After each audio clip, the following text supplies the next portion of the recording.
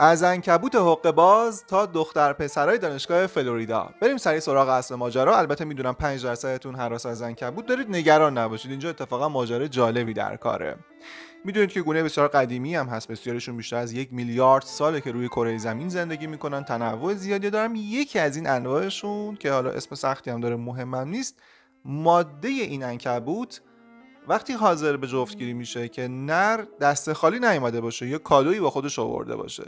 نرام که طبیعتا از پیش این موضوع رو میدونن، اونام دست خالی نمیان. حالا البته خرس قرمز و شکلات که نه، ولی سوسکی، مگسی، چیزی که شکار کردن و دورش رو تار میتنن، حالت کادو پیچ میارن برای عنکبوت ماده.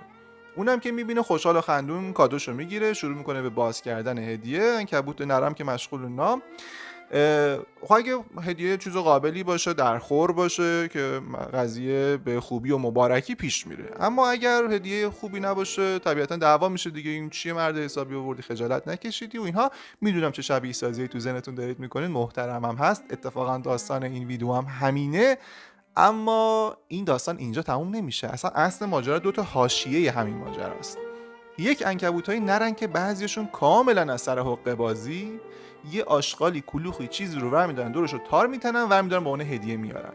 عنکبوت مادام که طبیعتا بیخبر از همه این ماجراها و خوشحال و خندون دوباره این کادوشو میگیره، مشغول باز کردن کادوش میشه. عنکبوت نرم میگه اینا و این وقتی متوجه میشه که چه کلاهی سرش رفته، که عنکبوت نره به مقصودش احتمالاً رسیده، ولی خب دیگه ماده بسیار عصبانی میشه، گاز میگیره، لگد میزنه.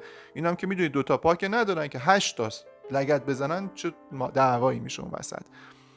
و آره دیگه، این ماجراها میلیارد ساله است دوستای من. اما اگه فکر کردید که خانوم ها عنکبوتای ماده منظورمه، اینجا اونا هم بدون حقه بازی پیش میرن، خیر. اونجا هم کشمکش میلیارد ساله است. بعضی از اینها عنکبوت ماده ها کادوه رو که میگیرن فلنگو میبندن. بله. و اصلا عنکبوت نرا خیلیشون پاشون رو قلاب میکنن، بعد کادوه رو میدن تو پای ماده، قلاب میکنن که این کادو تقدیم حضور شد دیگه، کجا تشریف میبرید دیگه، در خدمتتون هستیم. میدونم که دارید چه شبیه سازی میکنید. تازه اگه فکر کردید که آقایونی که تو آب میوه خانم ها بعضی ازشون حالا برای تجاوز و اینها چیزایی میریزن، اینم باز اختراع ماست، اونجام دارید اشتباه میکنید. اونم عنکبوت داریم براش. اونو دیگه تو کپشن میذارم که ویدیو اینجا خیلی طولانی نشه.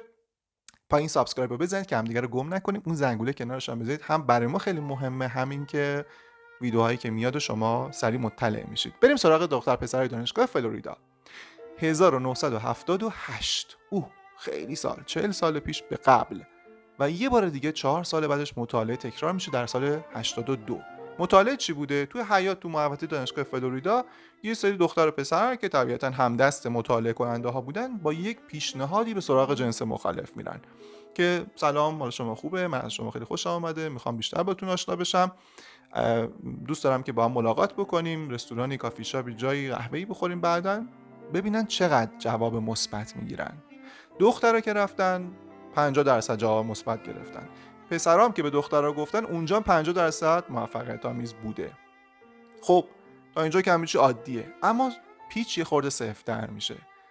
سوال بعدی، پیشنهاد بعدی اینه. دوباره با این پیشنهاد میرن که من از شما خوشم اومد، اون همون حرفا، برای آشنایی بیشتر بریم خونه من. خب حالا دخترها تو مطالعه اول 6% گفتن آره باشه، تو مطالعه دوم 0، هیچی. اما پسرها که خاطرتون باشه 50%شون طورت اول گفته بودن حالا باشه، چه پیشنهاد خوبی، برای قهوه‌ای با هم بعداً بخوریم، حالا شدن 69%. یعنی از 100 تا 19 تاشون که قبلا میگفتن نه، حالا میگن چه خوب باشه بریم، مشکلی نیست. و داستان از اینم بیخدارتره. یه بار دیگه پیشو سفت‌تر میکنن. پیشنهاد بعدی اینجوری میره جلو که سلام، حالا شما خوبه؟ من از شما خوشم اومده، میخوام بیشتر باتون آشنا بشم، بریم رو تخت من. دیگه پیشنهاد شفاف و سازنده. اینجا تو هر دو مطالعه خانوما 0%.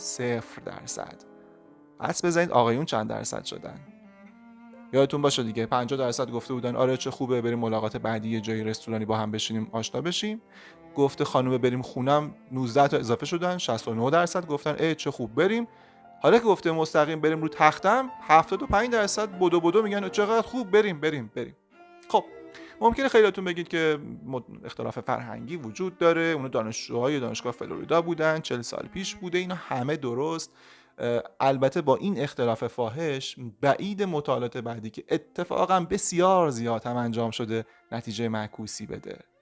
داستان اینه که تفسیرهای مختلفی میشه کرد، اما جریانی وجود داره که داره موضوعی رو به لحاظ فرهنگی پیش میبره که یا آمدانه یا سهوا چشم روی این اختلاف ها پوشیده و به نظر من حال خوب نتیجه چنین چیزی نخواهد بود. این اختلاف ها هست، چه بخوایم چه نخوایم، و اگر دنبال حال خوبیم باید جریانی رو پیش ببریم که اینها رو در نظر گرفته باشه. شما چی فکر میکنید؟ تو کامنت ها بنویسید.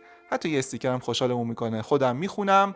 اگه هنوز سابسکرایب نکردید این پایین هستیم که همدیگه رو گم نکنیم، و اگر به اشتراک بذارید ویدیو رو ممکنه برای شما چند ثانیه زمان ببره ولی شوق بزرگی در ما ایجاد میکنه.